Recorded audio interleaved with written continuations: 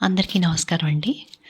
సంగీతం మనిషిని ఎంత సంతోషపెడుతుందో, ఉత్తమ సాహిత్యం కూడా అంతే సంతోషపెడుతుంది. అందుకే సరస్వతీదేవికి సంగీతము, సాహిత్యము 2 కళ్ళు అంటారు. అయితే అందరిలాగే నాకు కూడా సాహిత్యం అంటే కూడా చాలా ఇష్టం. దాని మీద కూడా కొన్ని వీడియోలు చేయాలనుకుంటున్నాను. ఇదివరకే ఒక వీడియోలో నేను చెప్పినట్టుగా దేవదాసు నవల మీద చేయాలని ఉంది ఈ వీడియో. అది శరత్చంద్ర గారు రాసిన బెంగాలీ నవల. దానికి అనువాదం చక్రపాణి గారు చేశారు. నిజంగా చక్రపాణి గారికి ఎన్నో ధన్యవాదాలు చెప్పాలని అనిపిస్తుంది. ఎందుకంటే ఎంత చెప్పినా తక్కువే. అంత మంచి ఉత్తమ బెంగాలీ సాహిత్యాన్ని మనకు పరిచయం చేసిన వారు చక్రపాణి గారు, దాన్ని తెలుగులోకి అనువదించి. అవి మా చిన్నప్పుడు యువ అనే మంత్లీ మ్యాగజైన్లో సంక్షిప్త నవలలుగా వచ్చేవి. ఆ మంచి సాహిత్యాన్ని అంతా కూడా మా పేరెంట్స్ కలెక్ట్ చేసి పెట్టారు. దాన్ని అప్పుడే చదివేవాళ్ళం, కానీ అప్పుడు అంత అర్థమయ్యేది కాదు. అయితే ఇప్పుడు దేవదాస్ నవల గురించి మనం చెప్పుకోబోతున్నాం. ఈ దేవదాస్ నవలలో దేవదాసు గురించి మీకు చివర్లో అతని క్యారెక్టర్ ఏంటి అనేది రచయితే తన మాటలో చెప్తారు, శరత్చంద్ర గారే. అయితే పార్వతి గురించి మాత్రం ఒక్క మాట చెప్పాలి నవల మొదలుపెట్టే ముందు. పార్వతి ఒక మంచి కూతురు, అలాగే ఒక మంచి భార్య. పిల్లలకి అంటే సవితి పిల్లలే, కానీ పిల్లలకు ఒక మంచి తల్లి. అంతకంటే గొప్ప విషయం ఏంటంటే తను గొప్ప ప్రేమికురాలు. తను మనస వాచ కర్మణ కూడా దేవదాస్నే భర్తగా అంగీకరించింది. ఇన్ని రకాలు సమన్వయపరుచుకుంటూ వచ్చిన అద్భుతమైన సర్వసమర్థమైన క్యారెక్టర్ పార్వతి. అదేంటో మనం నవలలో చూద్దాము. దేవదాస్ నవల మొదలు పెడుతున్నాం. వైశాఖ మాసంలో ఒకనాటి మధ్యాహ్నాన ఎండ మహాతీక్ష్ణంగా ఉంది. ఇక తాపం చేయ శక్యమే కాదు. సరిగ్గా ఇలాంటి సమయాన ముఖర్జీల వారి అబ్బాయి దేవదాసు పాఠశాలలో ఒక మూలన చింకి చాపపై కూర్చుని కళ్ళు మూస్తూ తెరుస్తూ కాళ్ళు జాపి పలక కింద పెట్టి ఆవలించి చివరికి మహా ఆలోచనలో పడిపోయాడు. పడి ఇలాంటి చక్కటి సమయాన గాలిపటం ఎగరవేసుకుంటూ పొలాల మీద తిరగడానికి బదులు పాఠశాలలో కట్టుబడి ఉండడం ఏమాత్రం మంచిది కాదని స్థిరపరుచుకున్నాడు. ఉర్వర మస్తిష్కంలో చప్పున ఒక యుక్తి కూడా అంకురించింది. పలక చేతపుచ్చుకొని లేచి నిలబడ్డాడు. ఇప్పుడు మధ్యాహ్న భోజనానికి బడి వదిలిపెట్టారు. పాఠశాలకు సమీపంలోనే ఉన్న మర్రి చెట్టు క్రింద పిల్లలు గోల చేస్తూ బిళ్ళంగోళ్ళు ఆడుతున్నారు. దేవదాసు ఒక మాట అటు చూశాడు. మధ్యాహ్న భోజనానికి అతన్ని వదిలిపెట్టరు. ఎందుకంటే బడి నుంచి బయటపడిన తర్వాత మరల దానిలో ప్రవేశించడానికి దేవదాసు ఎంతమాత్రమూ ఇష్టపడడు అని గోవింద పండితుడు అనుభవం మీద గ్రహించాడు. పైగా అతని తండ్రి నిషేధం కూడా ఉంది. ఈ కారణాలన్నిటి చేత అతను ఆ సమయంలో బడి పెద్ద బోలా ఆవాల్తీలో ఉండాల్సి వచ్చింది. పాఠశాలలో ఇప్పుడు పంతులు గారు ఒక్కరు మాత్రం మధ్యాహ్నపు అలసట చేత కళ్ళు మూసుకొని పండుకొని ఉన్నారు. బడిపెద్ద బోల ఒక మూలను వీపు కాళ్ళు విరిగిన బెంచి మీద చిన్న పంతులు గారి టీవీతో కూర్చుని మధ్య మధ్య మహానిర్లక్ష్యంగా ఒక మాటు పిల్లలకేసి చూస్తూ మరో మాటు దేవదాసు పార్వతీల మీద యాదృచ్ఛికంగా ఒక చూపు పారవేస్తూ ఉన్నాడు. పార్వతి 2-3 మాసాల కిందటనే పంతులు గారి అదుపాజ్ఞల్లోకి వచ్చింది. బహుశా ఈ కొద్ది కాలంలోనే పంతులు గారు ఆ పిల్ల మనసును రంజింపజేసి ఉండవచ్చును. అందుచేతనే ఆ పిల్ల ఏకాగ్ర చిత్తంతోనూ నిరతిశయ ధైర్యంతోనూ నిద్రిస్తూ ఉన్న పంతులు గారి చిత్రాన్ని బాలశిక్ష చివరి పేజీ మీద సిరాతో గీస్తూ అప్పుడప్పుడు దక్ష చిత్రకారుని వలె తాను మహాశ్రద్ధతో గీస్తూ ఉన్న చిత్రంలో తన ఆశయాలు ఎంతవరకు ఫలించాయా అని అటూ ఇటూ వంగి చూస్తూ ఉన్నది. ఎక్కువ ఫలించిందనడానికి వీల్లేదు, కానీ అంతకే పార్వతి మహా ఆనందము తృప్తి అనుభవిస్తుంది. ఆ సమయంలోనే దేవదాసు పలక చేత పుచ్చుకుని లేచి నిలబడి భోలాను ఉద్దేశించి బిగ్గరగా లెక్క కుదరడం లేదు అని అన్నాడు. ఏ లెక్క అని బోలా శాంత గంభీర స్వరంతో అడిగాడు. మణుగు లెక్క. పలకేది? దీని అర్థం ప్రతి విషయానికి పలక తనకు తెచ్చి చూపించమని. దేవదాసు పలక చేతికిచ్చి దాపునే నిలబడ్డాడు. బోలా బిగ్గరగా అంటూ వ్రాయనారంభించాడు. 1 మణుగు నూనె ధర 14 రూపాయల 9 అణాల 3 పైసలైతే. ఈ సమయంలోనే ఒక ఘటన ఘటిల్లింది. కాళ్ళు వీపు విరిగిన ఆ బెంచీని బడిపెద్ద భోలా తన పదవికి తగిన ఆసనంగా నిర్ణయించుకుని నియమం తప్పకుండా ఇప్పటికి 3 సంవత్సరాల నుంచి కూర్చుంటూ వస్తున్నాడు. బెంచీకి వెనక ఒక పొడి సున్నపు రాసి ఉన్నది. పంతులు గారు దీన్ని ఎప్పుడో ఏ యుగంలోనో చౌక ధరకు కొని అట్టే పెట్టారు. రోజులు సవ్యంగా ఉంటే దీనితో గట్టి కొంప వేయించుకోవాలని వారి ఉద్దేశం. ఆ శుభముహూర్తం ఎప్పుడు వస్తుందో తెలియదు, కానీ ఈ శ్వేత చూర్ణం మీద వీరికి శ్రద్ధ యావ మాత్రం విపరీతంగా ఉండేది. ఆ పరిణామ ధర్ములు, ప్రపంచ జ్ఞానశూన్యులు అయిన విద్యార్థులు దీనిలో ఒక్క రేణువు కూడా నష్టం చేయకుండా ఉండగలందులకు తనకు ప్రియపాత్రుడు, అందరిలోకి వయస్సుకు కొంచెం పెద్ద అయిన భోలానాథుడికి తాను మహాయజ్ఞంలో కూడబెట్టిన వస్తువును జాగ్రత్తగా కనిపెట్టి ఉంచే భారం అప్పగించారు. అందుచేతనే భోలా ఆ బెంచి మీద కూర్చుంటూ ఉండేవాడు. భోలానాథుడు రాస్తున్నాడు. 1 మణుగు నూనె ధర 14 రూపాయల 9 అణాల 3 పైసలైతే. అమ్మ నాయనో! తర్వాత పెద్ద గందరగోళం అయింది. పార్వతి బిగ్గరగా చీత్కారం చేసి చప్పట్లు కొడుతూ నేల మీద పొరలడం మొదలుపెట్టింది. నిద్రాభంగం కావడం చేత గోవింద పండితుడు రక్తనేత్రాలతో చివుక్కుమని లేచి నిలబడ్డాడు. చెట్టు క్రింద ఉన్న పిల్లలు వరుసగా నిలబడి బక్ బక్మంటూ పరిగెత్తుతూ వీరి కంటపడ్డారు. అటు నుంచి దృష్టి మరల్చి పాఠశాలలో చూశాడు. విరిగిపోయిన బెంచి మీద ఒక జోడు కాళ్ళు ఆడుతూ ఉన్నాయి. సున్నం మధ్య నుంచి అగ్నిపర్వతంలోంచి వచ్చినట్టుగా పొగ వస్తుంది. ఏంటి ఏంటి ఏంటిరా అని వారికి ఎగబెట్టారు. చెప్పడానికి అక్కడ మిగిలిందల్లా పార్వతి. కానీ ఇంకా ఆ పిల్ల నేల మీద పొర్లుతూ చప్పట్లు కొడుతూనే ఉంది. పంతులు గారి విఫల ప్రశ్న క్రుద్ధ భావంతో ఏంటి ఏంటి ఏంటిరా అని తిరిగి వచ్చింది. తర్వాత శ్వేతమూర్తి భోలానాథుడు సున్నం పడనెట్టుకొని లేచి నిలబడ్డాడు. పంతులు గారు మరలా చిత్కారం చేశారు. కోతి వెధవా, నువ్వేనా దాంట్లో? మళ్ళీ దేవాయి పడేసి మణుగు లెక్క, పైగా పితూరీలు చెప్తున్నావా? కానీ తర్వాత సంగతంతా గ్రహించి చాప మీద కూర్చుని దేవాయి పడేసి పారిపోయాడా అని అడిగాడు. అని భోలా పెద్ద పెట్టును ఏడ్చాడు. తర్వాత కాసేపు సున్నం దులిపారు. కానీ తెలుపు పూర్తిగా పోకపోవడం చేత నల్లని భోలా భూతం మాదిరిగా కనిపించనారంభించాడు. అప్పటికీ వాడి ఏడుపు తగ్గలేదు. నిజంగా దేవా అయినా పడేసిపోయింది అని పంతులు అడిగారు. వాడి పని చెప్తాలే. మిగతా విధవలేరి పిల్లలు కొందరు జేవరించిన ముఖాలతో రొప్పుకుంటూ వచ్చి దేవదాసు చిక్కలేదని చెప్పారు. ఒకడు, అబ్బా రాయి ఎంత గురిగా పంతులు గారు, చిక్కనేలేదా? ఇంకో కుర్రవాడు వెనకవాడి మాటనే ప్రతిధ్వనించిపోయాడు. అబ్బా రాయి, నువ్వు ఊరుకోరా వెధవా.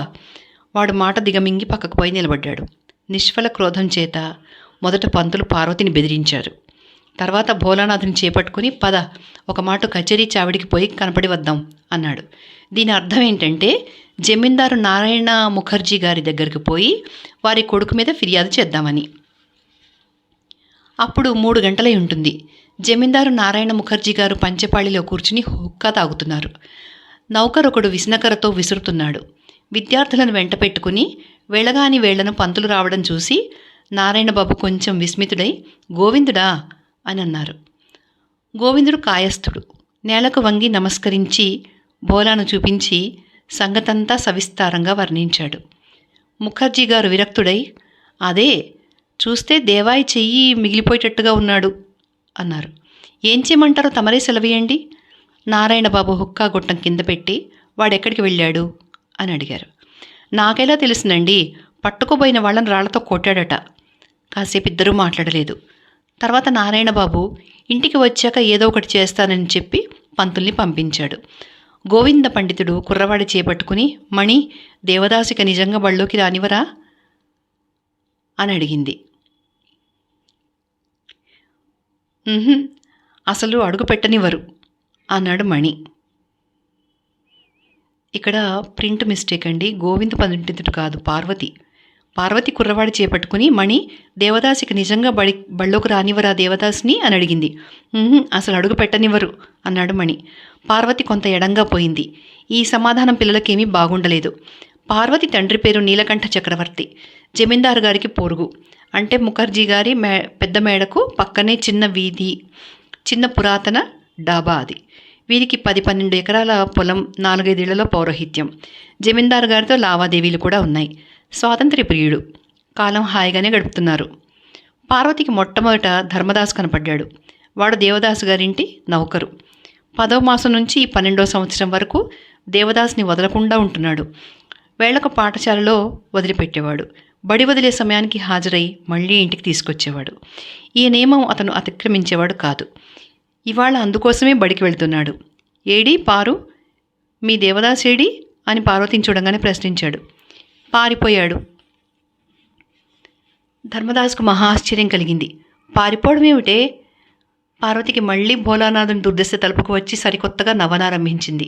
ఇదిగో ధర్మదా, హి ఒక్క మాటే సున్నపు గుట్టలో హి ఒక్క మాటే ధర్మ చిత్తుగా అంటూ ధర్మదాసుకి ఏమీ అర్థం కాకపోయినా పార్వతి నవ్వడం చూసి తను కూడా మొదట నవ్వాడు.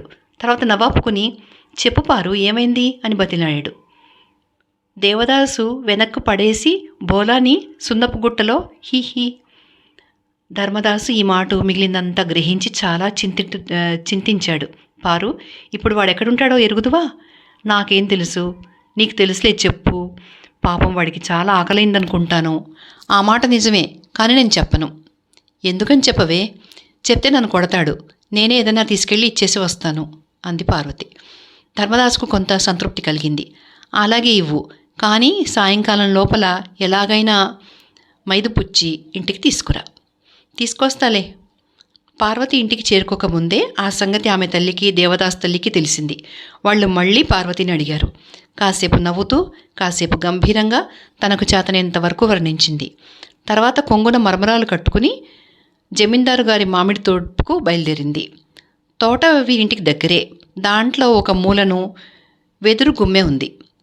చాటుగా పొగాకు తాగడం కోసం దేవదాసు అందులో కాస్త చోటు కూడా శుభ్రం చేసుకుని అట్టి పెట్టుకున్నాడు. వాడు పారిపోయినప్పుడు దాక్కునే చోటు కూడా ఇదేనని పార్వతికి తెలుసు. అంచేత పార్వతి సరాసరి అక్కడికి వెళ్ళింది. దేవదాసు వెదురుగుమ్మెలో కూర్చుని పెద్దవాళ్ల మాదిరిగా ధూమపానం చేస్తున్నాడు. ముఖం గంభీరంగా ఉంది. దానిలో దురాలోచన చిహ్నాలు కూడా స్పష్టంగా కనిపిస్తున్నాయి. పార్వతిని చూడగానే వాడికి సంతోషం కలిగింది. కానీ దాన్ని బయటికి కనపడనివ్వలేదు. పొగ వదులుతూ ఇలారా అని గంభీరంగా అన్నాడు. పార్వతి దగ్గరికి వచ్చి కూర్చుంది. దేవదాసు దృష్టి ముందుగానే చెంగున ఉన్న మూట మీద పడింది. ఇక ఏమీ ప్రశ్నించకుండా మూట విప్పి తను మొదలుపెట్టి, పారు, పంతులు ఏమన్నాడే అని అడిగాడు. పెద్దబాబుతో వచ్చి చెప్పాడు. నాన్నకు చెప్పాడా అన్నాడు దేవదాసు గుడ్లు పెద్దగా చేసి. తర్వాత నేనిక బడిలోకి రానివ్వరట. అసలు ఎవడు పోవాలనుకుంటున్నాడు? తినుబండారం పూర్తి కావచ్చింది. దేవదాసు పార్వతి వంక చూసి మిఠాయితే అన్నాడు. మిఠాయి తీసుకురాలేదు అన్నది. అయితే నీళ్ళివ్వు. నీళ్ళు ఎక్కడ తెచ్చేది? ఏమీ తేకుండా ఎందుకు వచ్చావు? పో, నీళ్లు తీసుకురా అన్నాడు విసుక్కుంటూ. అతని కర్కశ స్వరం పార్వతికి బాగుండలేదు. నేను మళ్ళీ పోలేను, నువ్వే తాగొద్దుగానరా అన్నది. నేనిప్పుడు రాగలనా? మరి ఇక్కడే ఉండిపోతావా? ఇక్కడే ఉంటాను, ఆ తర్వాత ఎటో వెళ్ళిపోతాను. దేవదాసు శ్మశాన వైరాగ్యం చూసేసరికి పార్వతి కళ్ళలో నీళ్లు తిరిగాయి. అతని మాటలు ఆ పిల్ల మనసును కలచివేశాయి. నేను కూడా వస్తాను దేవదా అన్నది. ఎక్కడికి? నావేంట? అదెలా? పార్వతి తల తిప్పుతూ నేను వస్తాగా అన్నది. రానక్కర్లేదు, ముందు నువ్వు నీళ్లు తీసుకురా. నేను వస్తాగా అంది పార్వతి మళ్ళీ పూర్వం మాదిరిగానే. ముందు నీళ్లు తీసుకురా. నేను పోను, నువ్వు పారిపోతావు. అబ్బే, పారిపోనుగా.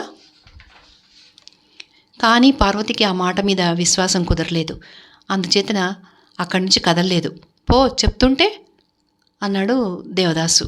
నేను పోలేను. దేవదాసు కోపంతో పార్వతి జుట్టు పట్టుకులాగి పో, చెప్తుంటే అని గద్దించాడు. పార్వతి మాట్లాడలేదు. తర్వాత వీపు మీద ఒక గుద్దు పడింది. పోవా అన్నాడు. నేను చచ్చినా పోను అన్నది పార్వతి ఏడుస్తూ. దేవదాసు అక్కడి నుంచి లేచి వెళ్ళిపోయాడు. పార్వతి ఏడుస్తూ తిన్నగా దేవదాసు తండ్రి దగ్గరికి వెళ్ళి నిలబడింది. ముఖర్జీ గారికి పార్వతి అంటే చాలా ప్రేమ. పారు, ఎందుకమ్మా ఏడుస్తున్నావు అని బుజ్జగిస్తూ అడిగారు. దేవదాసు కొట్టాడు. ఏడివాడు? ఆ వెదురుగుమ్మెలో కూర్చుని హుక్కా తాగుతున్నాడు. అసలు పంతులు గారు వచ్చినప్పటి నుంచి వాడు ఉడికిపోతున్నాడు. ఈ మాట వినగానే అసలు పంతులు గారు వచ్చినప్పటి నుంచి నారాయణ గారు ఉడికిపోతున్నారు. ఆ మాట వినగానే భగ్గుమన్నారు. దేవదాసు హుక్కా కూడా తాగుతున్నాడా? రోజూ తాగుతున్నాడు. హుక్కా ఆ వెదురుగుమ్మలో దాచిపెట్టాడు. ఇన్నాళ్ళ నుంచి ఎందుకు చెప్పలేదు? కొడతాడని. ఈ మాట యథార్థం కాదు. వెల్లడిస్తే దేవదాసు చేత దెబ్బలు తినాల్సి వస్తుందనే భయం పార్వతికి ఎప్పుడూ లేదు. దేవదాసుకే దెబ్బలు తగులుతాయని ఇన్నాళ్ళ నుంచి దాచింది. ఇవాళ ఈ ఉడుకు మీద వెళ్ళగక్కేసింది. ఇప్పుడు ఆ పిల్లకు ప్రాయం కూడా ఎంత? 8 ఏళ్ళు సరిగ్గా నిండలేదు. ఇంకా కోపం చాలా ఎక్కువ. అలాగని ఆ పిల్లకు వివేచన శక్తి లేదు అనడానికి లేదు. ఇంటికి పోయి పక్క మీద పడుకుని చాలాసేపు ఏడ్చి నిద్రపోయింది. ఆ రాత్రి అన్నం కూడా తినలేదు. మర్నాడు దేవదాసును బాగా కొట్టారు. ఆ పగలంతా గదిలో పెట్టి వేశారు. వాళ్ళమ్మ చాలా ఏడ్చి గోల చేసిన మీదటే వాడిని వదిలిపెట్టారు. మూడో నాడు తెల్లవారక ముందే తప్పించుకుని పార్వతి ఇంటి కిటికీ దగ్గరకు వచ్చి నిలబడి పారు అన్నాడు. పార్వతి రెండో పిలుపుకు కిటికీ తెరిచి, ఎవరు దేవదా అన్నది. నేను, దబ్బునరా అంటూ దేవదాసు చెయ్యి ఊపాడు. ఇద్దరూ కలుసుకున్నాక, నేను హుక్కా తాగుతానని ఎందుకు చెప్పావు అన్నాడు. నన్నెందుకు కొట్టావు నువ్వు అన్నది. నువ్వు నీళ్లు తీసుకురావడానికి ఎందుకు పోలేదు అన్నాడు. పార్వతి మాట్లాడలేదు. నువ్వు ఒక గొడ్డువు, ఇంకెప్పుడు చెప్పమాకు అన్నాడు దేవదాసు. చెప్పనులే అన్నది పార్వతి. అయితే పద, గాలం కొట్టుకొద్దాం. ఇవాళ చెరువులోకి చేపలు పట్టాలి. వెదురుగుమ్మకు దగ్గరగానే గానుగ చెట్టు ఒకటి ఉన్నది. దేవదాసు అదెక్కి చాలా కష్టంతో వెదురు చువ్వ ఒకటి వంచి పార్వతికి పట్టుకోమని ఇచ్చి, జాగ్రత్త, దాన్ని వదిలిపెట్టావు, నేను కింద పడతాను అన్నాడు. పార్వతి ప్రాణాలన్నీ బిగబట్టి ఆ కొమ్మ పట్టుకున్నది. దేవదాసు అది పట్టుకుని గానుగ చెట్టు మీదికి కాళ్ళు పెట్టి చువ్వ కోస్తూ ఉన్నాడు. ఇక బళ్ళోకి రావా దేవదా అన్నది పార్వతి క్రింద నుంచి. ఊహు. పెద్దబాబు నిన్ను పంపుతారుగా? నాన్నే ఇక పోవద్దని చెప్పాడు. పంతులే ఇంటికి వస్తారట. పార్వతి కొంచెం ఆలోచనలో పడింది. రేపటి నుంచి ఈ ఎండాకాలమల్లా పొద్దునపూట బడి పెడతారట. నేను ఇక పోతాను అన్నది పార్వతి కాసేపు ఉండి. దేవదాసు పైనుంచే వల్ల కాదు అని గుడ్లురిమాడు. పార్వతి ఆ సమయంలో కొంచెం పరధ్యానంగా ఉండి చేతిలో చువ్వ వదిలిపెట్టింది. చువ్వ పైకి పోవడము, దేవదాసు కింద పడడము ఒక్క మాటగా జరిగాయి. ఎక్కువ ఎత్తులేకపోవడం వల్ల దెబ్బలు తగలేదు, కానీ ఒంటి మీద చాలా చోట్ల గీసుకుపోయింది. దేవదాసు మండిపడుతూ లేచి ఎండుపుల్ల ఒకటి తీసుకుని పార్వతి వీపు మీద, చెంపల మీద అందిన చోటలా ఇష్టం వచ్చినట్టు కొట్టి, పో నా ఎదుట నుంచి అని హుంకరించాడు. మొదట పార్వతి చాలా సిగ్గుపడింది. కానీ దెబ్బలు ఎక్కువ తగిలిన కొద్దీ అభిమానంతోనూ కోపంతోనూ ఆ పిల్ల కళ్ళు నిప్పులు కక్కాయి. ఏడుస్తూనే, నేను పెదబాబు దగ్గరికి పోతున్నాగా అని బెదిరించింది. పో, ఇప్పుడే చెప్పుకోపో అని దేవదాసు ఇంకో దెబ్బ వేశాడు. పార్వతి వెళ్ళిపోయింది. కొంత దూరం పోయాక దేవదాసు పిలిచాడు. కానీ పార్వతి వినిపించుకోలేదు. ఇంకా త్వరగా వెళ్ళిపోసాగింది. ఓ పారు, ఒక్క మాట వినిపోవే అని దేవదాసు మళ్ళీ కేకవేశాడు. పార్వతి జవాబివ్వలేదు. దేవదాసు విరక్తుడై కాసేపు ఏమేమో వాగి, పోయి చావు అని మనసులోనే తిట్టుకున్నాడు. పార్వతి పోయాక 1-2 చువ్వలు నరికాడు. కానీ అతని మనస్సు మాత్రం ఏమీ బాగలేదు. పార్వతి ఏడుస్తూ ఇంటికి వచ్చేసింది. చెంప మీద దెబ్బలు నీలిరంగుకి వచ్చాయి. వాళ్ళ నాయనమ్మ చూసి, అమ్మయ్యో, ఎవరే ఇలా కొట్టింది పారు అని అడిగింది. పంతులు గారు అన్నది పార్వతి కళ్ళు తుడుచుకుంటూ. నాయనమ్మ పిల్లను చంకన వేసుకుని, పద, ఒక మాట నారాయణ దగ్గరికి వెళ్ళి వద్దాము, ఎలాంటి పంతులో వీడు, ఆహా, పిల్ల ప్రాణాలు తీశాడే అన్నది. పార్వతి నాయనమ్మ మెడ వాటేసుకుని, పద అన్నది. పార్వతి నాయనమ్మ ముఖర్జీ దగ్గరికి వచ్చి పంతులు గారి పూర్వీకులందరినీ వైనాల వారీగా తిట్టి వారికి పారలౌకిక అశుభం కోరింది. తర్వాత గోవిందుని నానా తిట్లు తిట్టింది. చూడు నారాయణ, వాడి పొగరు, శూద్రుడై కూడా బ్రాహ్మణ పిల్ల మీద చేయి వేశాడు, ఎలా కొట్టాడో చూడొక మాటు అని బుగ్గ మీద దెబ్బలను మహావ్యధపడుతూ ముసల్ది చూపించనారంభించింది. ఎవరు కొట్టారు పారు అని నారాయణ బాబు ప్రశ్నించాడు. పార్వతి మాట్లాడలేదు.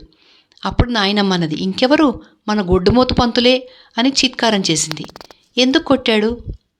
పార్వతి ఈ మాట కూడా మాట్లాడలేదు. ముఖర్జీ గారు పార్వతి ఏదో తప్పు చేసి ఉంటుందని ఊహించారు. అయినా అలా కొట్టడం భావ్యం కాదని తన అభిప్రాయం వెల్లడించారు. వారి మాట విని పార్వతి, ఇక్కడ కూడా కొట్టాడు అని చొక్కా ఎత్తి వీపు చూపించింది. వీపు మీద దెబ్బలు ఇంకా స్పష్టంగానూ ఇంకా బలంగానూ ఉన్నాయి. అంచేత వారిద్దరికీ మహాకోపం వచ్చింది. ముఖర్జీ గారు పంతులు గారిని పిలిపించి సంజాయిషీ తీసుకుంటానని చెప్పారు.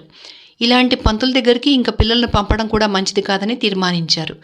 తీర్మానం విని పార్వతి నాయనమ్మ చంక ఎక్కి సంతోషంతో ఇంటికి వచ్చేసింది. కానీ ఇంటి వద్ద తల్లి క్రాస్లో పడిపోయింది.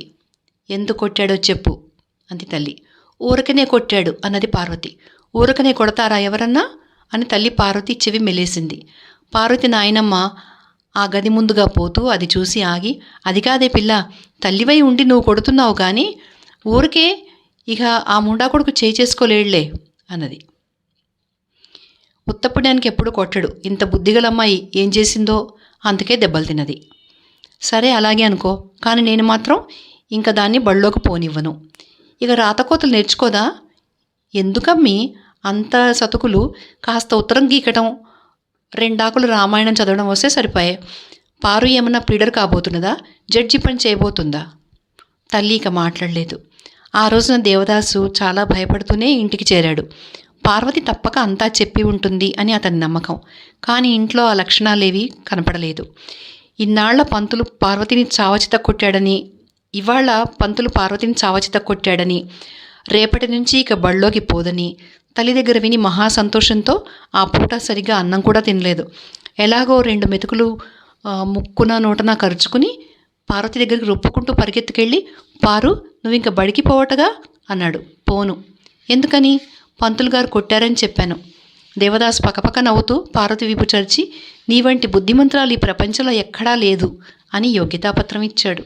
తర్వాత నిమ్మళంగా పార్వతి బుగ్గ మీద దెబ్బలు జాగ్రత్తగా పరీక్షించి అబ్బా అని నిట్టూర్చాడు. పార్వతి అతని వంక చూసి మందహాసం చేస్తూ ఏమిటి అన్నది. దెబ్బలు బాగా తగిలాయి కదా పారు అన్నది పార్వతి తల తిప్పుతూ. నువ్వలా ఎందుకు చేశావు? అందుకని నా కోపం వచ్చి కొట్టాను. పార్వతి కళ్ళలో నీరు తిరిగింది. ఏం చేశాను అని అడగాలనుకున్నది, కానీ అడగలేకపోయింది. దేవదాసు పార్వతి తల నిమురుతూ, ఇక అలా చేయకు, ఏమంటావు అన్నాడు. చెయ్యను అన్నది పార్వతి తల తిప్పి. దేవదాసు ఇంకో మాట పార్వతి విప్పు చరిచి, శభాష్, ఇక నేను నిన్నెప్పుడు కొట్టను అని భరోసా ఇచ్చాడు. రోజులు గడిచిపోతున్నాయి. ఈ బాలబాలికలిద్దరి ఆనందానికి హద్దు లేదు. పగలంతా ఎండలో తిరగడం, సాయంత్రం వచ్చి దెబ్బలు తినడం, ఉదయాన్నే లేచిపోవడం, తిరిగి తిట్లు తినడం మామూలైపోయింది. రాత్రి ఏమీ ఒడిదుడుకులు లేకుండా నిశ్చింతగా నిద్రపోయేవారు. మళ్ళీ తెల్లవారగానే ఊరి మీద పడి అల్లరి ఆగము చేస్తూ తిరిగేవారు. వీళ్లకు ఇక స్నేహితులు కూడా ఎవరూ లేరు. వాళ్ళ అవసరం కూడా లేదు వీళ్ళకి. ఊరంతా ఉపద్రవాలు చేస్తూ తిరగడానికి వీరిద్దరే చాలు. ఆనాడు వీళ్ళు ప్రొద్దుపడిచినప్పుడు పోయి చెరువులో దిగి 2 జాముల వరకు బయటికి రాలేదు. నీళ్లని కెలికి గుడ్డలన్నీ బురద కొట్టుకుని తాము పట్టిన 15 బురద మట్టలు యోగ్యతానుసారంగా భాగం వేసుకుని ఎర్రటి కళ్ళతో ఇంటికి తిరిగి వచ్చారు. పార్వతిని యథోచితంగా సత్కరించి గదిలో పెట్టి తలుపులు బిగించింది తల్లి. దేవదాసు సంగతి సరిగ్గా తెలీదు, ఎందుకంటే వాడు ఇలాంటి సంగతులేవి బయట పెట్టాడు. పార్వతి గదిలో కూర్చుని ఏడుస్తూ ఉండగా మధ్యాహ్నం 2-2:30 గంటలకి దేవదాసు గది కిటికీ దగ్గరకు వచ్చి, పారు, ఓ పారు అని నెమ్మదిగా పిలిచాడు. పార్వతి బహుశా ఇది విని ఉంటుంది, కానీ కోపంతో జవాబివ్వలేదు. ఇక ఆ వేళంతా దేవదాసు వీరింటి దగ్గర ఉన్న చెంపావృక్షం మీదనే గడిపాడు. సాయంకాలం ధర్మదాసు చాలా బలవంతాన వాడిని చెట్టు నుంచి క్రిందికి దించి ఇంటికి తీసుకుపోయాడు. అది ఆ వేళనే. మర్నాడు ఉదయం నుంచి పార్వతి దేవదాసు కోసం ఆతృతతో ఎదురుచూస్తూనే ఉన్నది. కానీ దేవదాసు రాలేదు. పిలుపు వస్తే తండ్రి వెంట పక్క గ్రామానికి వెళ్ళాడట.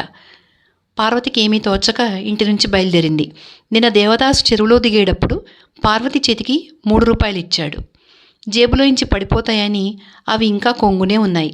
పార్వతి చెంగు తిప్పుకుంటూ తాను కాసేపు ఏకాకిగానే తిరిగింది. తోడెవరూ దొరకలేదు. అప్పుడు బడి ఉదయం పెడుతున్నారు. పార్వతి పడమట బజారుకు పోయింది. మనోరమ ఇల్లు అక్కడనే. ఆ పిల్ల కూడా బడిలో చదువుతూనే ఉంది. వయసులో కొంచెం పెద్ద. పార్వతి సఖి.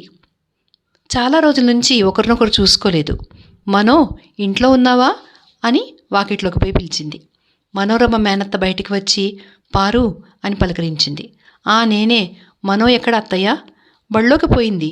నువ్వు పోవడం లేదా? దేవదా కూడా పోవడం లేదు. నువ్వు పోవడలేదు సరే, దేవదాస్ కూడా పోవడం లేదా అని అడిగింది నవ్వుతూ. మేమెవరం పోవడం లేదు. అయితే మంచిదే, మా మనో బళ్ళలోకి వెళ్ళింది. మనోరమ మేనత్త కూర్చోమన్నది. కానీ పార్వతి తిరిగి వచ్చింది. దోవలో రసికపాల్ దుకాణం వద్ద 3 సాతాని స్త్రీలు ఊర్ధ్వపుండ్రాలు పెట్టుకుని కంజరి చేతపట్టి భిక్షం అడుక్కుంటున్నారు. పార్వతి వాళ్ళని కేకవేసింది. ఓ అమ్మి, మీకు పాటలు వచ్చా? అందులో ఒక సాతాని తిరిగి చూసి, ఎందుకు రావు తల్లి అంది. అయితే పాడండి. అప్పుడు ముగ్గురు తిరిగి చూశారు. అందులో ఒకతే, ఊరకే పాడం తల్లి, బిచ్చం వేయాలి, మీ ఇంటికి పోదాం పద విందువు గాని అంది. కాదు, ఇక్కడే పాడండి. కాణీ ఇవ్వాలి తల్లి. కాణీ లేదు, రూపాయి ఉంది అని పార్వతి కొంగున మూట చూపించింది. మూట చూసి వాళ్ళు దుకాణం వదిలి కొంచెం దూరం వచ్చి కూర్చున్నారు. కంజరి వాయిస్తూ ముగ్గురు గొంతులు కలిపి పాడారు. ఏమి పాడాలో దానికి అర్థమేమిటో పార్వతికి బొత్తిగా తెలియలేదు. తెలుసుకోవాలని ప్రయత్నించినా తెలుసుకోలేదు. అసలు మనస్సే అక్కడ లేదు. దేవదాసు దగ్గరికి ఎప్పుడో పరిగెత్తింది. పార్వతి కొంగున ఉన్న మూట విప్పి 3 రూపాయలు వాళ్ళ చేతిలో పెట్టింది. వాళ్ళు ముగ్గురు విస్తుపోయి ఆ పిల్ల ముఖం వంక చూస్తూ ఉండిపోయారు. ఈ రూపాయలు ఎవరివి తల్లి అని ఒకటి అడిగింది. దేవదావి. నిన్ను కొట్టాడా? పార్వతి కొంచెం ఆలోచించి, కొట్టడు అన్నది. 100 ఏళ్ళు బ్రతుకమ్మా అని ఒకటి ఆశీర్వదించింది. పార్వతి నవ్వుతూ, ముగ్గురికి భాగాలు చక్కగా కుదిరాయి కదా అంది. కుదిరాయి అని తల తిప్పి, తర్వాత రాధాకృష్ణులు నిన్ను కాపాడతారులే తల్లి అని ఆశీర్వదించారు. ఈ దానశీల దెబ్బలు తినకుండా ఉండాలని వాళ్ల కోరిక. పార్వతి ఆవేళ పెందలాడే ఇంటికి తిరిగి వచ్చింది. మర్నాడు పొద్దునే దేవదాస్ కనిపించాడు. వాడి చేతిలో దారపు కండె ఉన్నది, గాలిపటం లేదు. అది ఇప్పుడు కొనాలి. పారు, రూపాయలతే అని పార్వతిని అడిగాడు. పార్వతి ముఖాన నెత్తురు చుక్కలేదు. లేవు అన్నది. ఏమైనాయి? సాతాని స్త్రీలకిచ్చాను పాట పాడితే. అన్నీ ఇచ్చావా? అన్నీ ఎన్ని? 3 పో దయ్యమా, అన్నీ ఇవ్వవచ్చునా? బాగా ఉంది. వాళ్ళు ముగ్గురున్నారు. 3 రూపాయలు ఇవ్వకపోతే వాళ్ళకి భాగం ఎలా కుదురుతుంది? దేవదాస్ గంభీరంగా, నేనైతే 2 రూపాయలు ఇచ్చేవాడిని అని దారపు కండెతో నేల మీద లెక్కలేసి, అలాగైతే వారి ఒక్కొక్కరికి 10 అణాల అర్ధన అరకాని వచ్చేది అన్నాడు. పార్వతి కొంచెంసేపు ఆలోచించి, వాళ్లకు నీ మాదిరిగా మణుగులెక్కలు వచ్చా పంచుకోవడానికి అని అడిగింది. దేవదాసు మణుగులెక్కలు కూడా నేర్చుకున్నాడు. పార్వతి ఈ మాట అతనికి ఆనందం కలిగించింది. అది నిజమే అన్నాడు. పార్వతి దేవదాసు చేపట్టుకుని, నన్ను కొడతావనుకున్నాను దేవదా అన్నది. ఎందుకు కొడతాను అన్నాడు దేవదాసు విస్మయంతో. సాతాన్లు చెప్పారుగా నువ్వు కొడతావని. ఆ మాట అతనికి మహా ఆనందం కలిగించింది. పార్వతి భుజాన భారం వేసి, రా, తప్పు చేయకపోతే ఎందుకు కొడతాను అన్నాడు. పార్వతి చేసిన ఈ పని తన పీనల్ కోడ్లో ఏ సెక్షన్ క్రిందకి రాదని బహుశా దేవదాసు భావించి ఉంటాడు. ఎందుకంటే 3 రూపాయలు కాబట్టి ముగ్గురు చక్కగా పంచుకోగలిగారు. పాఠశాలలో మణుగులెక్కలు కూడా నేర్చుకోనటువంటి సాతాని స్త్రీలకు 3 రూపాయలకు బదులు 2 రూపాయలు ఇవ్వడం వారిని బాధించడమే అని కూడా అతను ఎంచాడు. తర్వాత దేవదాసు దారపు బంతి వెదురు గుమ్మెలో దాచివచ్చి పార్వతి చేపట్టుకుని గాలిపటం కొనటానికి కోమటింటికి బయలుదేరాడు. ఈ విధంగా 1 సంవత్సరం గడిచింది. ఇక గడవడం కష్టమైంది. దేవదాసు తల్లిపోరు నానాటికి ఎక్కువైంది. చూడండి, దేవాయి ఊరక గాలికి తిరిగి పాడవుతున్నాడు, వాడిని ఇంకా చదివించడం లేదా అని భర్తను అడిగింది. వారు కొంచెం ఆలోచించి, దేవాయిని కలకత్తా పంపుతాను, నగేన్ ఇంట్లో ఉండి చదువుకుంటాడు అన్నాడు. నగేనుడు దేవదాస్కి మేనమామ అవుతాడు. నగేశుడు దేవదాస్కి మేనమామ అవుతాడు. ఆ సంగతి అందరికీ తెలిసింది. పార్వతి విని చాలా భయపడింది. దేవదాసు ఒంటరిగా కనపడగానే అతని చేతులు పట్టుకుని ఊగులాడుతూ, నువ్వు కలకత్తా పోతావటగా దేవదా అని అడిగింది. ఎవరన్నారు? పెద్దబాబు చెప్పారు. నేను పోను. మరి నిన్ను బలవంతంగా పంపితేను? బలవంతంగానా?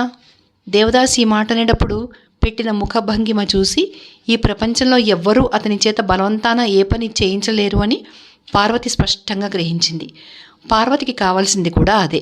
అందుకని మహా ఆనందంతో ఇంకో మాట అతని చేతులు పట్టుకుని ఊగులాడుతూ ముఖం వంగ చూసి, చూడు దేవత, ఒకవేళ పోతావేమో అన్నది.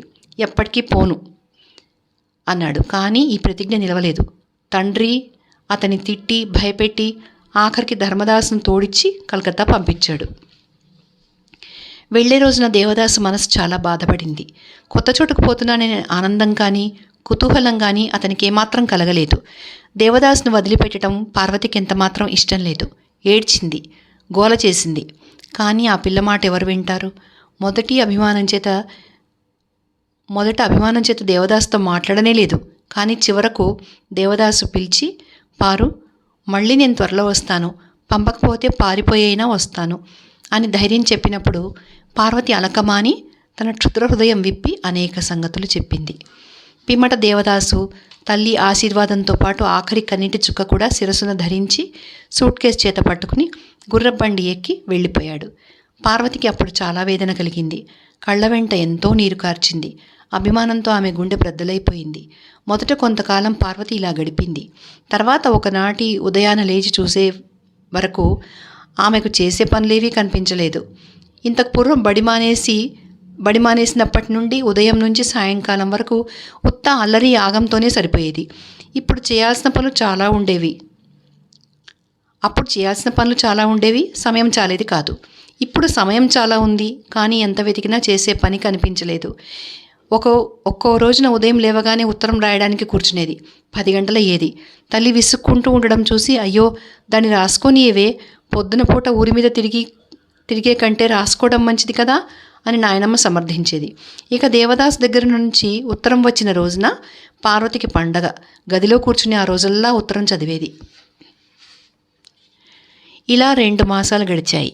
ఉత్తరాలు రావడం కూడా క్రమంగా మందగించాయి. ఉత్సాహం కొంత సన్నగిలిపోయింది. ఒకనాటి ఉదయం పార్వతి, అమ్మా, నేను మళ్ళీ బళ్ళోకి పోతానే అని తల్లిని అడిగింది. అలాగే పో తల్లి, నేను బళ్ళోకి ఎప్పుడు పోవద్దన్నాను? ఆ రోజు మధ్యాహ్నం చాలా రోజుల క్రిందట పారవేసిన పలకా పుస్తకాలు బయటకు తీసి దాసి చేయి పట్టుకుని మళ్ళీ వెనకటి చోటుకి పోయి శాంతంగానూ ధైర్యంగానూ కూర్చున్నది. పంతులు గారు, మా పారును కొట్టగిట్టమాకండి. దాని ఇష్టంతో అది బళ్ళోకి వచ్చింది. ఇష్టమైతే చదువుకుంటుంది, లేకపోతే ఇంటికి వస్తుంది అన్నది దాసిది పంతులుగారితో. తధాస్తు అని పంతులుగారు లోపల అనుకుని పైకి అలాగేలే అన్నారు. పార్వతిని కూడా కలకత్తా ఎందుకు పంపలేదు అని ఒక మాట అడగాలనుకున్నాడు. కానీ తన ఉద్దేశాన్ని బయటపెట్టలేకపోయారు. భోలా ఆ వెనకటి బెంచి మీదనే కూర్చున్నాడు. అతని చూడగానే పార్వతికి నవ్వు వచ్చే పర్యంతమైంది. కానీ మరుక్షణాన్ని ఆమె కళ్ళలో నీరు తిరిగింది. తర్వాత భోలా మీద చాలా కోపం కూడా వచ్చింది. దేవదాసు ఇల్లు వదిలిపెట్టడానికి కారకుడు వీడేనని ఆమె అనుకుంది. ఇలా కొన్ని మాసాలు గడిచాయి. కొంతకాలానికి దేవదాసు తిరిగి వచ్చాడు. రావడమే తడవుగా పార్వతి దగ్గరికి పరిగెత్తుకొచ్చాడు. అనేక సంగతులు మాట్లాడుకున్నారు. పార్వతికి చెప్పవలసింది ఎక్కువేమీ లేదు, ఉన్నా చెప్పలేకపోయింది. దేవదాసు అనేక సంగతులు చెప్పాడు. అన్నీ కలకత్తావే. కొన్నాళ్లకి ఎండాకాలపు సెలవులు కూడా అయిపోయాయి. దేవదాసు మళ్ళీ కలకత్తా వెళ్ళిపోయాడు. పార్వతి ఈ మాట ఏడ్చింది. కానీ మునుపటంత గంభీరత లేదు. ఈ విధంగా 4 సంవత్సరాలు గడిచాయి. ఈ 4 సంవత్సరాల్లో దేవదాసు స్వభావం చాలా మారిపోవడం చూసి పార్వతి చాటున అనేకసార్లు కళ్ళు తుడుచుకుంది. ఇంతకు పూర్వం దేవదాసులో ఉండే పల్లెటూరు తనమంతా పట్టణవాసంతో తుడుచుకుపోయింది. పాలిష్ చేసిన బూట్లు, మంచి చొక్కాలు, సన్నని ధోవతులు, చేతికర్ర, బంగారపు గడియారం గొలుసు, వీటిలో ఏవి లేకపోయినా అతను బయటికి రావడానికి సిగ్గుపడేవాడు. ఇప్పుడు నది ఒడ్డుకు షికారు పోవడం అతనికి ఇష్టం లేదు. తుపాకీ తీసుకుని వేటకు పోవడంలోనే అతనికి ఆనందం. చిన్న చిన్న పక్కె చేపలకు బదులు పెద్ద పెద్ద వాలుగులను పట్టాలని ప్రయత్నించేవాడు. ఇంతటితో ఆగినా పర్వాలేదు. సాంఘిక రాజకీయాలు, క్రికెట్, ఫుట్బాల్ మొదలగు వాటిని గురించి చర్చిస్తూ ఉండేవాడు. అయ్యో, ఎక్కడ పార్వతి, ఇంకెక్కడ తాల్సునాపుర గ్రామం? బాలస్మృతిలో చిక్కుకొని పోకుండా ఉన్న 1-2 ఆనందదాయక విషయాలు అతనికి జ్ఞాపకం లేదు అనడానికి లేదు. కానీ వివిధ విషయాల మీద ఉన్న ఉత్సాహంలో అవి అతని హృదయంలో ఎక్కువసేపు నిలిచేవి కావు. మళ్ళీ సెలవులు పూర్తి కావచ్చాయి. కిందటి సంవత్సరం అతను రాలేదు. మిత్రులతో కలిసి దేశాటనకు వెళ్ళాడు. ఈ మాట తల్లిదండ్రులు గట్టిగా రమ్మని ఉత్తరం రాశారు. అందుచేత ఇష్టం లేకపోయినా బెడ్ చుట్టి స్వగ్రామం రావడానికి హౌరా స్టేషన్ చేరుకున్నాడు. ఇంటికి వచ్చిన రోజున అతనికి ఒంట్లో బాగుండలేదు. అందుచేత ఇవాళ బయటకు రాలేదు. మర్నాడు పార్వతి ఇంటికి వచ్చి అత్తయ్య అని పిలిచాడు. రా నాయనా, కూర్చో అని పార్వతి తల్లి ఆదరంతో ఆహ్వానించింది. ఆమెతో కాసేపు మాట్లాడిన తర్వాత, పారు ఎక్కడత్తయ్య? అదుగో ఆ వెనుక గదిలో ఉంది. దేవదాస్ అక్కడికి వెళ్ళాడు. పార్వతి సంధ్యదీపం వెలిగిస్తూ ఉంది. పారు అని పిలిచాడు. పార్వతి మొదట చకితురాలైంది. తర్వాత నమస్కారం చేసి ఎడంగా పోయి నిలబడింది. ఏం చేస్తున్నావు పారు? ఇదంత ముఖ్య ప్రశ్న కాదు. అందుకని పార్వతి జవాబివ్వలేదు. అసలు దేవదాస్ అంటే కాస్త సిగ్గు కూడా పడుతోంది. ప్రొద్దుకుని కింది వెళ్ళొస్తాను, ఒంట్లో కూడా బాగలేదు అని దేవదాసు వెళ్ళిపోయాడు. పార్వతి ఇప్పుడు 13వ ఏట పాదం పెట్టిందని వాళ్ళ నాయనమ్మ చెప్తూ ఉన్నది. ఈ వయసులో అది పిల్లలకు శారీరక సౌందర్యం అకస్మాత్తుగా ఎక్కడి నుంచో ఊడిపడుతుంది. వాళ్ళ చిట్టి ఒక్క మాటే పెద్దదైందని తల్లిదండ్రులు ఆశ్చర్యపోతారు. ఇక ఎవరి చేతిలో పెడదామా అని త్రొక్కిసలాడుతారు. చక్రవర్తి గారి ఇంట్లో కూడా కొన్నాళ్ల నుంచి ఈ విషయమే చర్చ జరుగుతుంది. అందరికంటే తల్లికి ఎక్కువగా ఆతృత ఉంది. మాటల సందర్భంలో మాటిమాటికి అబ్బే పార్వతిని ఇక ఉంచటం భావ్యం కాదు అని భర్తతో అంటూ ఉండేది. వారంత భాగ్యవంతులు కారు, అయినా పిల్ల చక్కనిది అనే ధైర్యం ఒకటి ఉంది. ప్రపంచంలో రూపానికి గనుక విలువ ఉంటే పార్వతిని గురించి వీరికి ఆలోచించాల్సిన పని ఉండేది కాదు. ఇంకో సంగతి కూడా ఉంది. అది ఇక్కడే చెప్పడం మంచిది. ఇంతకు పూర్వం కుమార్తెల వివాహం చేయడానికి చక్రవర్తుల కుటుంబం అంత తొట్టుపడేది కాదు. కొడుకుల వివాహానికి పడేది. కుమార్తెల వివాహానికి శుల్కం తీసుకునేవారు. కొడుకుల వివాహానికి పణం ఇచ్చి పిల్లని ఇంటికి తెచ్చుకునేవారు. నీలకంఠుని తండ్రి కూడా కుమార్తె వివాహానికి శుల్కం తీసుకున్నాడు. నీలకంఠునికి ఈ ఆచారం అంటే తగని ఏవగింపు. పార్వతిని అమ్మి డబ్బు సంపాదించడం అతనికి ఏమాత్రం ఇష్టం లేదు. ఈ సంగతి పార్వతి తల్లికి కూడా తెలుసు. అందుచేతనే కుమార్తెకు త్వరగా వివాహం చేయమని భర్తను ఒత్తిడి చేసేది. ఇప్పటి వరకు పార్వతి తల్లి తన మనసులో ఒక దురాశకు చోటిచ్చింది. దేవదాస్తో ఏదో విధంగా పెళ్లి కావచ్చునని ఆమె అనుకున్నది. ఈ ఆశ గగన కుసుమమని ఆమెకు తోచలేదు. పట్టుపట్టితే దేవదాస్ తప్పక పెళ్లి చేసుకుంటాడు అని ఆమె విశ్వాసం. బహుశా ఈ నమ్మకంతోటే నీలకంఠుని తల్లి దేవదాస్ తల్లి దగ్గర ఒకనాడు ఈ ప్రసంగం ఎత్తింది. చూడమ్మాయి, దేవదాస్కు మా పారుకి ఎంత స్నేహమో అలాంటి అన్యోన్యత నేను ఎక్కడా చూడలేదు. ఎందుకుండదు పెద్దమ్మా, వాళ్ళిద్దరూ ఒక్క కడుపున పుట్టిన బిడ్డల్లాగా చిన్నప్పటి నుంచి పెరిగారు. అదే అమ్మాయి, అందుకని అనుకుంటూ ఉంటాను. వాళ్ళిద్దరికీ ఇదిగో దేవదాస్ కలకత్తా వెళ్ళినప్పుడు చూచాయగా చూసావు కదా, దానికి 8 ఏళ్ళు కూడా నిండలేదు. ఈ వయసులోనే వాడి కోసం తిండి తిప్పలు మాని కట్టెపుల్లలాగా అయిపోయింది. మనందరికీ తెలుసుగా, దేవదాస్ దగ్గర నుండి ఉత్తరం ముక్క వస్తేనే దానికి పండుగలాగా ఉండేది. దేవదాస్ తల్లి దీని భావం గ్రహించింది. కొంచెం నవ్వింది కూడా. ఆ నవ్వులో హేళన ఎంత ఉందో తెలీదు, కానీ వేదన మాత్రం చాలా ఉంది. ఈ సంగతులని ఆమెకు తెలుసు.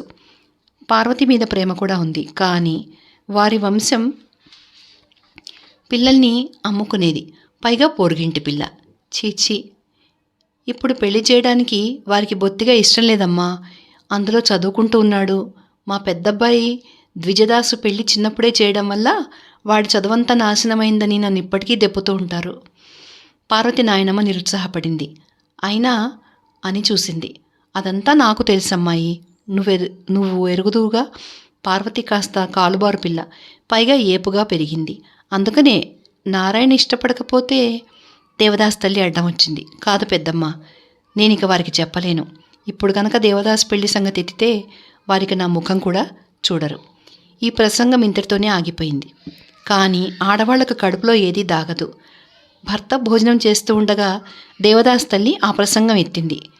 ఇవాళ పారు నాయనమ్మ దాని పెళ్లి సంగతి తీసుకొచ్చింది. పారుకి ఈడు వచ్చింది, త్వరగా పెళ్లి చేయడమే మంచిది అన్నాడు ఆయన. అందుకనే ఇవాళ ఈ ప్రసంగం ఎత్తి దేవదాసుకు నువ్వేమన్నావు అన్నాడు భర్త ముఖం చిట్లించి. నేనింకేమంటాను, పిల్లలిద్దరికీ సావాసమా? ఆ పిల్లని కోడలుగా తెచ్చుకుంటానా? అసలే పిల్లల్ని అమ్ముకునే వంశం, పైగా పొరుగు కుటుంబం. చీచి. భర్త సంతృప్తి పడ్డాడు. అంతేగా, సాటి వాళ్ళతో నవ్వించుకుంటామా? నువ్వు అసలు ఈ మాటలేవి చెవిని పెట్టుకోకు అన్నాడు. అబ్బే, నేను వింటానా, మీరు కూడా పొరపడకండి అన్నది భార్య పొడి నవ్వు నవ్వి. భర్త ముఖం గంభీరంగా పెట్టి, అలాగైతే ఈ జమీందారీ ఏనాడో పోయేది అన్నాడు. వారి జమీందారీ చిరస్థాయిగా ఉన్నా ఎవరికీ ఆక్షేపణ లేదు. కానీ నేను పార్వతి దీన చరిత్ర మాత్రం చెప్తున్నాను. తర్వాయి భాగం నెక్స్ట్ వీడియోలో చూద్దామండి. ఇది ఫస్ట్ పార్ట్. ఇందులో చిన్న చిన్న మిస్టేక్స్ ఏమైనా ఉంటే దయచేసి క్షమించండి. ఎందుకంటే మొదటిసారి సాహిత్యపరమైన వీడియో చేస్తున్నాము. అందుకని నెక్స్ట్ వీడియోలో ఏ మిస్టేక్స్ లేకుండా ఉండేందుకు ట్రై చేస్తాను. I rectify my mistakes. Thank you for watching.